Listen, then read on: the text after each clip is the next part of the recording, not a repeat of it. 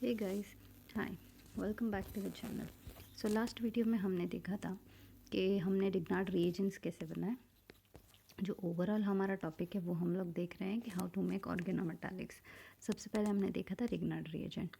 तो उसमें एक छोटा सा टॉपिक तो नहीं पर एक छोटी सी बात रह गई थी, तो वो मैं आप लोग को बता दूँ। ये ब्लू बॉक्स में था, क्या था।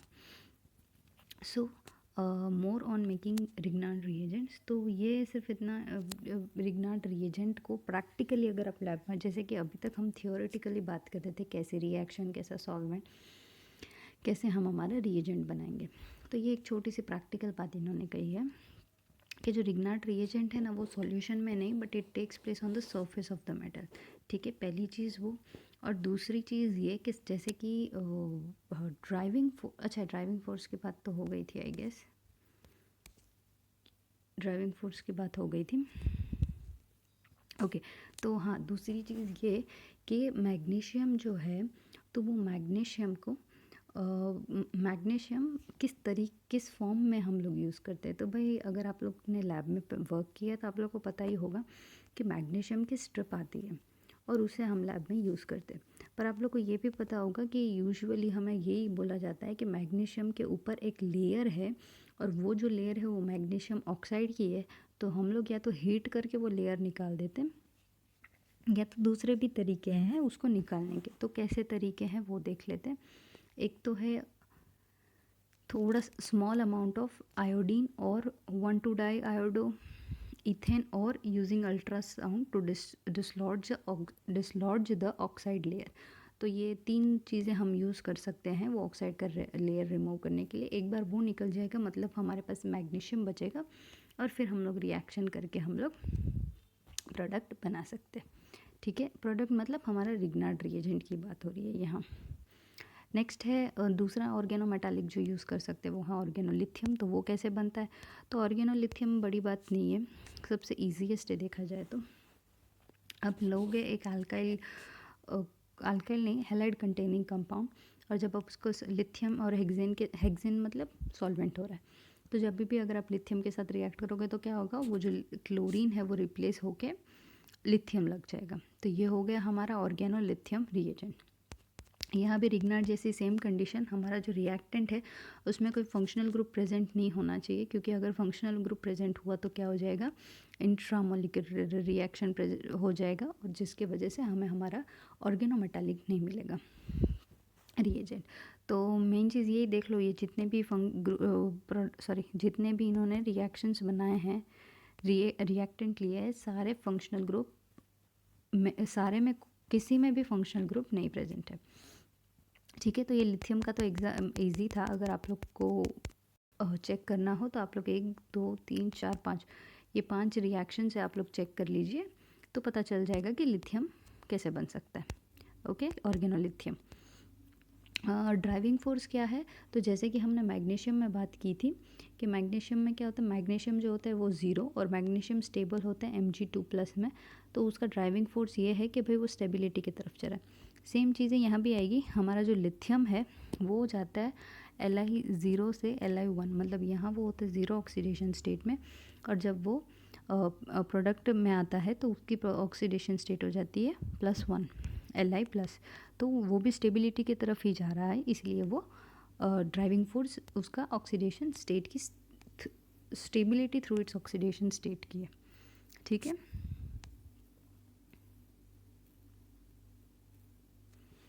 ओके। सो ये हमने दो है ना लैब में बनाने के तरीके देखे कि हम लोग लैब में कैसे बना सकते हैं। अब बात आती है कि कमर्शियली अवेलेबल ऑर्गेनोमेटालिक्स क्या है। मतलब ज़रूरी नहीं है कि हम सारी जो ये रिएजेंट है वो लैब में ही बनाए। कभी भी ध्यान रखो, अगर कोई भी रिएजेंट अगर स्टेबल है तो स्टेबल को उन लोग क्या करेंगे, मार्केट में बेच देंगे। जैसे कि सपोज़ करो ये मिथाइल लिथियम है, तो मिथाइल लिथियम एक स्टेबल मॉलिक्यूल है। ठीक है, तो वो एटमॉस्फेयर तो नहीं पर वो उसको स्टोर कर सकते हैं हम लोग, वो इतना तो स्टेबल है। तो क्या करेंगे, इसको बना लेंगे और फिर उसको स्टोर कर देंगे और फिर मार्केट में बेचेंगे। तो इससे क्या होगा, ये जो केमिस्ट है, केमिस्ट मतलब कौन होते हैं, जो रिएक्शंस करते हैं, मतलब जो रिसर्च फील्ड में है, तो वो उनको क्या होता है कि एटलीस्ट ये रिएजेंट उनको नहीं बनाना पड़ेगा। अगर कोई ऐसा रिएजेंट है सिंपल सा जो उनको मार्केट में मिल सकता है, तो उनको एक स्टेप कम हो जाता है, मतलब एक आसानी रहती है। तो कभी भी अगर मार्केट में जो चीज़ें अवेलेबल है वो उन लोग यूज़ कर लेंगे। सो ये याद रखो कि ये जो मेंशन किए हैं इन्होंने, ये जो जितने भी रिएजेंट, वो सारे मार्केट में अवेलेबल है। तो केमिस्ट क्या करेंगे, सीधा इसको मार्केट में से ले लेंगे और फिर डायरेक्टली रिएक्शन में यूज़ करेंगे। और जो इंडस्ट्रीज़ है वो क्या करेंगे, जो इंडस्ट्रीज़ है वो लोग ये सारी रिएजेंट्स को मैन्युफैक्चर करके बेचेंगे। ठीक है, तो कौन देख लेते कौन से है स्पेसिफिकली। तो मिथाइल लिथियम है, ब्यूटाइल लिथियम है, secondary butyl lithium, tertiary butyl lithium, phenyl lithium, methyl magnesium chloride, फिर उसका ब्रोमाइड सॉल्ट या तो iodide salt, ethyl magnesium bromide, butyl magnesium chloride, allyl magnesium chloride and bromide, phenyl magnesium chloride and bromide. सो 1 2 3 4 5 6 7 8 9 10, और जो इसके salts है वो अलग। तो कम से कम ये जो सारे हैं ये हमें मार्केट में मिल जाएंगे, तो ये हमें बनाने की ज़रूरत नहीं पड़ती लैब में। तो ये एक अच्छा प्लस पॉइंट है हमारे केमिस्ट लोग के लिए। दूसरा आता है ऑर्गेनोमेटालिक्स एज बेस। तो भाई जो हमारा ऑर्गेनोमेटालिक जो कंपाउंड्स है, रिएजेंट्स है, वो एज अ बेस भी रिएक्ट करते हैं। ठीक है, तो वो एज अ बेस क्यों रिएक्ट करेंगे, देखो सबसे पहले आपको ये पता होना चाहिए कि वो एज अ बेस क्यों रिएक्ट करेंगे। कोई भी चीज़ बेस क्यों होगा, ये दो चीज़, या तो वो एक अच्छा प्रोटॉन एक्सेप्टर होगा, प्रोटॉन एक्सेप्टर नहीं, प्रोटॉन डोनर। बेस क्या करता है, हाइड्रोजन ले लेता है, सॉरी प्रोटॉन मतलब hydrogen acceptor, sorry for the confusion. So hydrogen जो एक्सेप्ट आसानी से कर ले वो एक अच्छा बेस बनेगा। या तो दूसरी चीज़, या ये जो बेस है उसका अगर कॉन्जुगेट एसिड जो बन रहा है वो अगर ज़्यादा स्टेबल है तो वो एक अच्छा बेस बन सकता है। तो ये जो ऑर्गेनोमेटालिक्स जो अच्छे बेसिस की तरह से यूज़ हो सकते हैं, इनफैक्ट स्ट्रॉन्ग बेस की तरह से, तो उनका रीज़न ये है कि उन लोग एक बहुत स्टेबल कॉन्जुगेट एसिड्स बना लेते हैं। ठीक है, तो देख लेते हैं कौन से कॉन्जुगेट एसिड्स है। तो ये देखो Li+, ये एक कॉन्जुगेट स्टेबल एसिड हुआ। The equilibrium Li+ are more stable than MELI, while benzene and Mg2+ are more stable than benzene और is more stable than PHMgBr।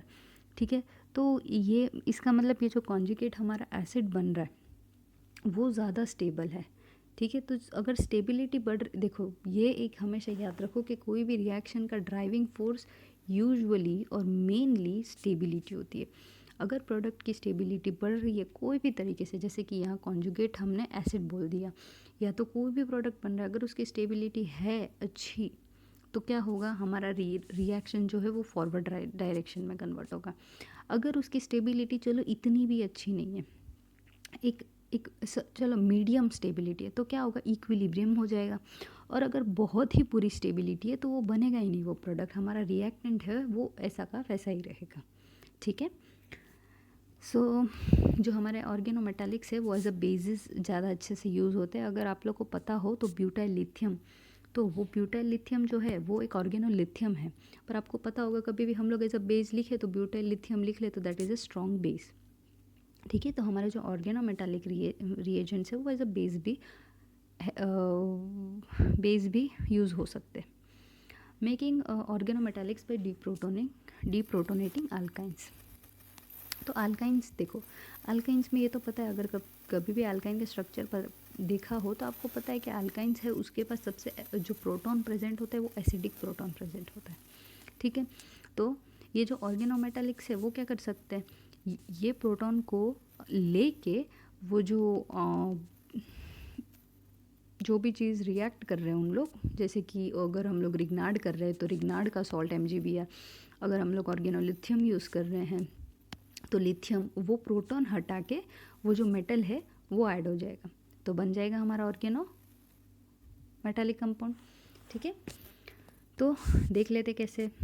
ये हमारा अल्काइन है 1 हेक्साइन। ठीक है, इसमें हमने ऐड किया, चलो ये 1 हेक्साइन रहने दो, प्रोपाइन सबसे ईजीएस्ट लग रहा है, ये भी ईजी है बट नंबर ऑफ कार्बन्स। सो जो प्रोपाइन है, तो प्रोपाइन में देखो ये हमने रिएक्ट किया इथाइल मैग्नीशियम ब्रोमाइड।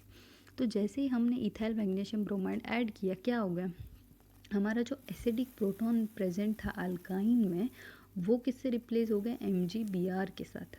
और हमारा ईथेन जो है वो एज अ प्रोडक्ट हमें, sorry as a side product हमें मिला है। ठीक है, तो एक और तरीका ऑर्गेनोमेटालिक रिएजेंट्स को बनाने का क्या है, अल्काइंस के एसिडिक प्रोटॉन्स जो है वो रिप्लेस कर देते हैं और उससे हम लोग को एक क्या मिल जाता है, ऑर्गेनोमेटालिक रिएजेंट। ठीक है, अभी हम लोग स्टार्टिंग जो 2-3 टॉपिक्स है उसमें हम लोग ऑर्गेनोमेटालिक रिएजेंट्स ही बना रहे हैं, जैसे कि आप लोग को पता है। ठीक है, तो कौन से तरीके हैं, तो सबसे पहला तरीका देखा जाए, मैं रिवाइज तो नहीं करवा रही पर एक में नहीं, छोटा सा रिवीजन। सबसे पहला हमने देखा रिग्नार्ड रिएजेंट कैसे बनाया इन्होंने। दूसरा हमने देखा 2 मिनट,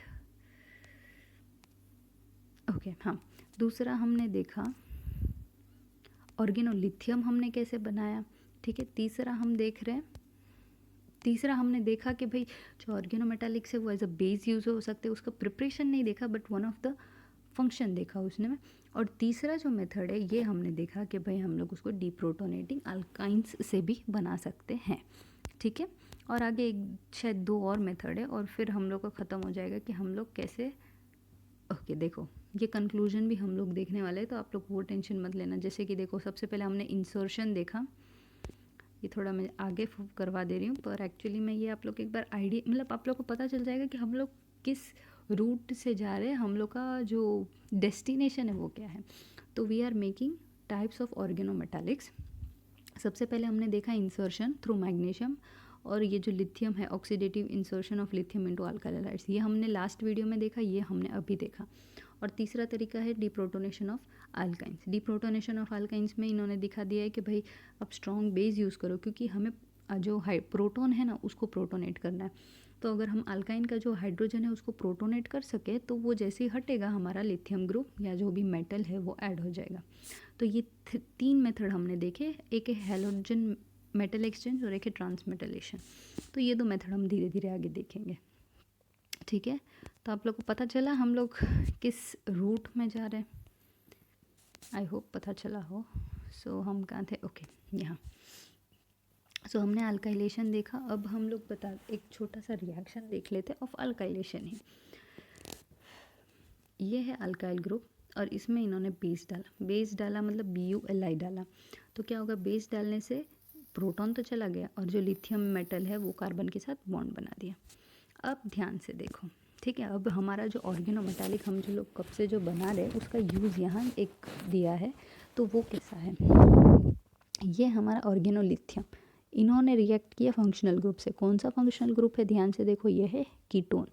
तो मैंने आप लोग को फर्स्ट वीडियो मतलब मैं बताया था कि कीटोन अगर रिग्नार्ड रिएजेंट के साथ रिएक्ट करे तो प्रोडक्ट में क्या मिलता है, टर्शरी अल्कोहल मिलता है। और मैंने ये भी बताया कि ये चीज़ें हैं वो ऑर्गेनोलिथियम कंपाउंड के साथ भी मैच करती है।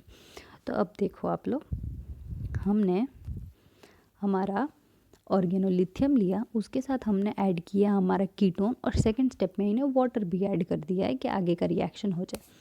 एक बात हमेशा ध्यान रखना, देखो ये जो वाटर है ना ये हमने फर्स्ट स्टेप में नहीं डाला। अब ये तो मुझे याद नहीं मैंने पहली वीडियो में ये बात बताई कि नहीं बताई, पर जो ऑर्गेनोमेटालिक रिएजेंट्स है ना वो वाटर के साथ क्या बना देते पता है, हाइड्रोकार्बन्स बना देते हैं। ठीक है, अब जैसे कि हमारा और ऑर्गेनोमेटालिक रिएजेंट्स जो है ना, अगर आप लोग उसका बॉटल का ढक्कन खुला करके रख दो ना तो भी वो एटमॉस्फेयर में से मॉइस्चर अब्जॉर्ब करके हाइड्रोकार्बन में कंसिडर हो जाएगा। तो ऑर्गेनोमेटालिक रिएजेंट्स का वो एक नेगेटिव पॉइंट तो नहीं पर एक पॉइंट है उसका कि उसको है ना एकदम केयर के साथ हैंडल करना पड़ेगा। मतलब आप उसके साथ कभी भी एनहाइड्रस प्लेस में उसे रखना पड़ेगा। आप उसको एकदम लाइटली लेके बॉटल खुला रख के नहीं जा सकते हो लैब में भी।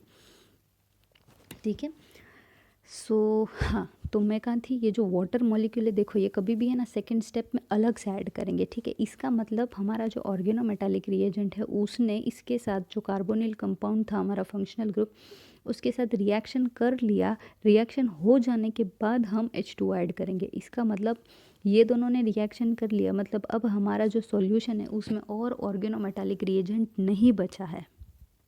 ठीक है, सो अब देखो हमारा जो ऑर्गेनोमेटल लिथियम कंपाउंड है उसने रिएक्ट किया हमारे कार्बोनिल मतलब कीटोन के साथ, और क्या दिया इसने, टर्शरी अल्कोहल।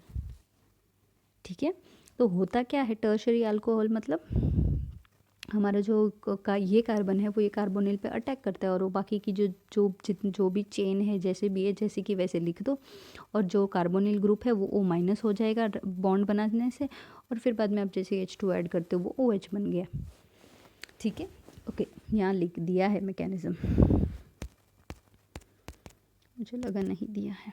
ओके, तो ये देखो ये हमारा ऑर्गेनोलिथियम, जैसे ये लिथियम जाएगा, ये जो कार्बन है यहाँ का, ये कार्बन ये कार्बोनिल पे अटैक करेगा, कार्बोनिल पे अटैक करने से ये O- हो जाएगा, और ये जो अल्काइल ग्रुप था मतलब उसकी जो भी चेन है वो यहाँ जैसे कि वैसे अटैच हो गई। जैसे ही अटैच हो गया H2 ऐड किया, H2 ऐड करने के बाद क्या होगा, ये जो प्रोटॉन है वो यहाँ O- के पास आ जाएगा, और OH मतलब टर्शरी अल्कोहल बन गया।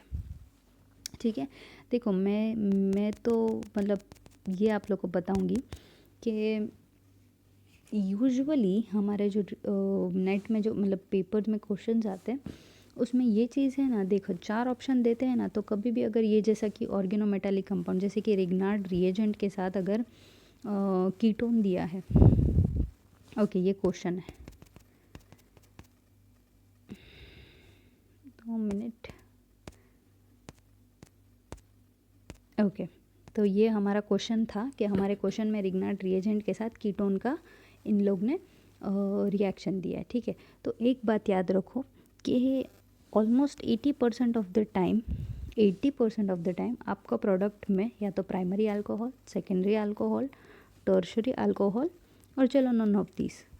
ठीक है, तो ये एक इजी चॉइस रहता है कि अगर आपको ये एक चीज़ पता हो, आपको ये नहीं पता कि अटैचमेंट कहाँ हो रही है, मैकेनिज्म कहाँ हो रही है, आपको सिर्फ इतना पता हो ना कि भाई रिग्नार्ड रिएजेंट कीटोन के साथ टर्शरी अल्कोहल देगा, तो आप ऐसे ही ऑप्शन सेलेक्ट कर सकते हो। ठीक है, तो वो एक चीज़ ध्यान रखो कि मैकेनिज़्म हो ना हो, कोई कोई छोटी छोटी ट्रिक्स ऐसी होती है कि वो आप लोग को हेल्प कर सकती है। अभी ये हो सकता है कि अगर हमारा जो एग्जामिनर है वो थोड़ा टफ निकले तो वो 2 ऑप्शन ऐसे देगा जिसमें टर्शरी अल्कोहल है, तो वहाँ आपको पता लगाना पड़ेगा कि भाई मैकेनिज़्म कैसी हो रही है, तो हमारा जो कार्बोनिल है वहाँ अटैक हो रहा है, तो आपको पता चल जाएगा कि कौन सा टर्शरी अल्कोहल प्रेजेंट है। पर यूजुअली 4 में से 80% ऑफ द टाइम ये पॉसिबिलिटी रहती है कि हमारा टर्शरी अल्कोहल एक ही प्रेजेंट हो हमारे कंपाउंड में, ऑप्शंस में। ठीक है, तो ये बात का आप लोग ध्यान रखना। नेक्स्ट रिएक्शन देख लेते हैं, ये है अल्काइन। देखो यहाँ डबल बॉन्ड भी प्रेजेंट है, पर हमारा डबल बॉन्ड और ट्रिपल बॉन्ड में सबसे ज़्यादा एसिडिक प्रोटॉन कौन सा होगा, अगर बेस है, बेस डाल रहे हैं हम लोग, तो वो एसिडिक प्रोटॉन क्या होगा, हमारा अल्काइन का प्रोटॉन। अच्छा, अभी एक स्पेशलिटी दिखाओ केमिस्ट्री की, ये हमारा जो ETMG बियर मतलब इथाइल मैग्नीशियम ब्रोमाइड, ये एक ऑर्गेनोमेटालिक रिएजेंट है, ऑर्गेनोमेटालिक रिएजेंट है। ये जो प्रोडक्ट बना, ठीक है, सपोज कर लो ये जो पूरा ग्रुप है इसको मैं एज एन R कंसिडर करती हूँ, तो ये है RMgBr, ये भी ऑर्गेनोमेटालिक कंपाउंड है, ऑर्गेनोमेटालिक रिएजेंट है। बात ये है आप लोग देखो कि ये जो ऑर्गेनोमेटालिक रिएजेंट है वो as a base role play कर रहा है। क्या कर रहा है, यहाँ का प्रोटॉन हटा रहा है, और प्रोटॉन हटा के वो MgBr जो उसका दूसरा ग्रुप है वो ले रहा है, मतलब यहाँ इसका रोल एज अ बेस है। जबकि ये जो प्रोडक्ट बन गया, तो अब ये जो है वो क्या करेगा, एज अ न्यूक्लियोफाइल एक्ट हो रहा है, और वो हमारे कार्बोनिल पे अटैक करेगा। ठीक है, तो आप देखो एक ही रिएक्शन है, 4-5 रिएक्शन तो है नहीं कि आप लोग समझ ना पाओ, एक ही रिएक्शन है उसमें हमारा एक ही टाइप ऑफ रिएजेंट, मतलब ये जो हमारा ऑर्गेनोमेटालिक ही रिएजेंट की बात करें तो एक स्टेप में वो एज अ बेस है और एक स्टेप में वो एज अ न्यूक्लियोफाइल वर्क कर रहा है। ठीक है, तो ये केमिस्ट्री की आप लोग स्पेशलिटी हम लोग कंसिडर करते हैं, पर जब हम एग्ज़ाम में बैठे तो हमें वो एज अ बर्डन ही लगता है कि भाई ये गलत है, हो रहा है हमसे।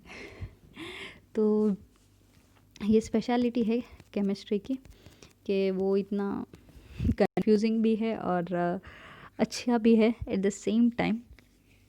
सो हम लोग रिएक्शन पे देख लेते, फोकस कर लेते।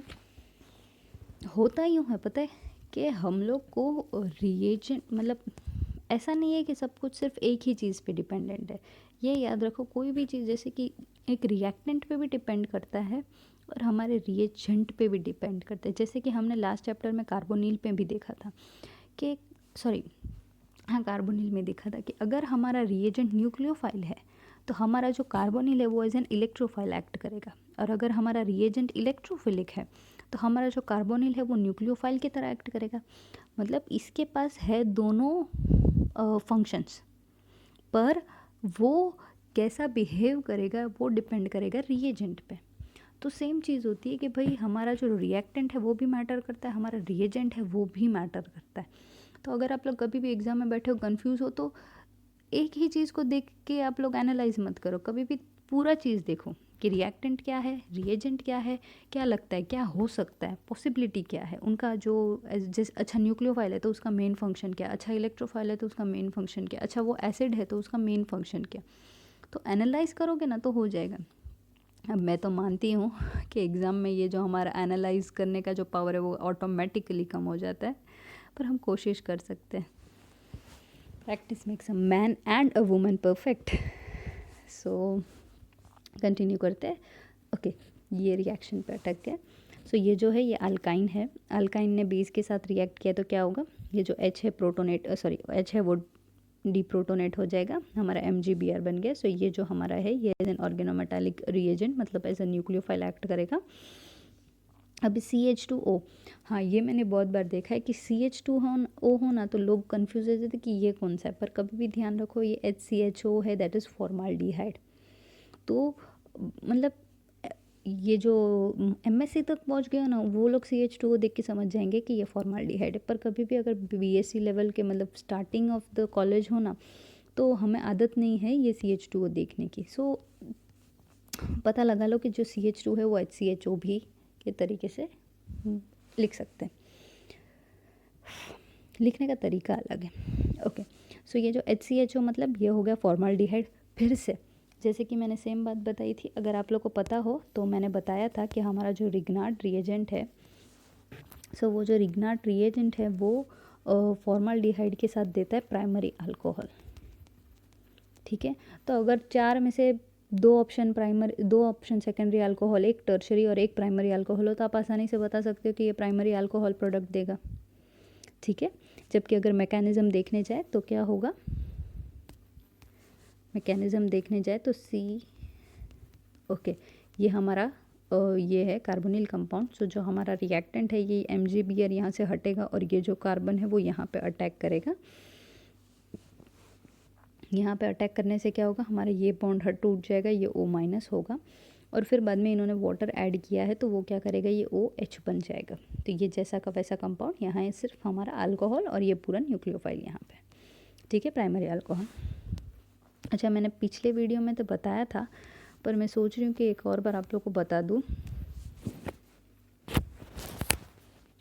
हमारा रिग्नार्ड रिएजेंट ये है ना, आप लोग कहीं लिख लो, वैसे इतना टफ नहीं, आप लोग मेमोराइज कर सकते हो पर लिख लेना बेहतर रहता है। रिग्नार्ड रिएजेंट, ठीक है, अगर फॉर्माल्डिहाइड ऐड करो तो क्या देगा, प्राइमरी अल्कोहल। अगर aldehyde other than formaldehyde add करो आप लोग तो क्या देगा वो as a product, secondary alcohol. और अगर आप लोग कीटोन ऐड करो तो क्या देगा, टर्शरी अल्कोहल। ठीक है, ये ऑर्गेनोमेटालिक में ये चीज़ें थोड़ी बहुत हेल्प कर देती है। मैंने काफ़ी MCQs ऐसे देखे हैं जिसमें ये खाली कॉन्सेप्ट मुझे पता हो ना तो मुझे ये डील नहीं करना पड़ता कि इसकी मैकेनिज़्म क्या है। तो ये एक छोटा सा टाइम सेवर जैसा भी है। तो ये अगर आप लोग को याद रहता है तो याद कर लो, वरना लिख लो कहीं पे, आपको हेल्प रहेगा। ओके, सो कंटिन्यूएशन नेक्स्ट, इथेनाइल एस्ट्राडायोल। ठीक है, तो देखो ये है ना एक हार्मोन मतलब ओव्यूलेशन इनहिबिटिंग कंपोनेंट है जो ओरल कॉन्ट्रासेप्टिव पिल्स में यूज़ होता है। कोई बहुत बड़ी टर्म्स नहीं है, इतना याद, अगर ना समझ में आए ना तो इजी समझ लो, पिल्स होती है कोई तो उसमें एक वन ऑफ द कंपोनेंट है। ठीक है, तो बात यह है कि ये हमारे बॉडी में एज ए पिल्स मतलब हमारा बॉडी कैसे रिएक्ट करता है उस पे मतलब हमारा बॉडी वो पिल्स पे कैसा रिएक्शन देता है वो पिल्स को। सो उसमें जो भी रिएक्शन होती है वो इम्पॉर्टेंट ही होती है, इसलिए हमारा जो पिल्स है मतलब हमारा जो ड्रग्स है या मेडिसिन है वो बहुत इंपॉर्टेंट होते हैं, क्योंकि वो लोग हमारे बॉडी में आके क्या रिएक्शन करते हैं वो मैटर करता है। अब ये जो एस्ट्रॉन है वो अगर हम लोग मतलब ये टॉपिक यहाँ लाने का इतना ही मतलब है, कॉन्ट्रासेप्टिव पिल्स मतलब रिलेटेड टू सम हॉर्मोन्स या फिर फीमेल सेक्स हार्मोन्स, यहाँ एस्ट्रॉन के बारे में बात कर रहे हैं स्पेसिफिकली, मेल सेक्स हार्मोन्स की बात नहीं हो रही है। सो ये उसके लिए यूज़ होता है। तो देखो वो एक इम्पॉर्टेंट चीज़ है, तो ये इतना इम्पॉर्टेंट चीज़ों में भी हमारा ऑर्गेनोमेटालिक रिएजेंट यूज़ हो सकता होता है। तो ये वन ऑफ द एप्लीकेशन है ये, कि देखो ये जो एस्ट्रॉन है क्या होगा, हमारा organometallic lithium same second step में एसिड हाइड्रोलिसिस करने पे हमें इन लोग ने डायरेक्टली वो प्रोडक्ट दे दिया। ठीक है, सो बस उसका एप्लीकेशन की तरह ही यहाँ पे यूज़ हुआ है। Okay, so triple bond stability and acidity. So triple bond की स्टेबिलिटी क्या और एसिडिटी क्या,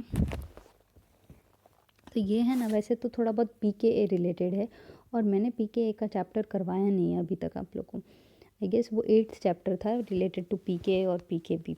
तो मैं प्रेफर करूँगी कि जब मैं वो करवा रही हूँ तभी आप लोग ये ज़्यादा अच्छे से समझ पाओगे। ठीक है, सो ये मैं तभी कंटिन्यू करवा दूँगी और मुझे याद रहेगा कि मैंने कौन से टॉपिक्स छोड़े हैं। और ये ब्लू बॉक्स से वैसे आपको इतना इम्पोर्टेंट नहीं है, पर मैं करवा दूँगी तभी। ठीक है, मेरी रिस्पॉन्सिबिलिटी है वो। सो दैट्स इट अभी के लिए। अभी बचता है हेलोजन मेटल एक्सचेंज और ट्रांसमेटलेशन, ये 2 टॉपिक हो जाएगा तो हम लोग कैसे हमारा जो ये ऑर्गेनोमेटालिक टॉपिक्स मेटालिक रिएजेंट्स है वो बना रहे, वो टॉपिक ख़त्म हो जाएगा। फिर हम लोग देखेंगे हमारा जो ऑर्गेनोमेटालिक रिएजेंट्स है या ऑर्गेनोमेटालिक कंपाउंड्स है वो कार्बोक्सिलिक एसिड या फिर कोई भी फंक्शनल ग्रुप पे कैसे रिएक्ट करते हैं। ठीक है, सो अभी के लिए इतना ही। Thank you and bye bye guys.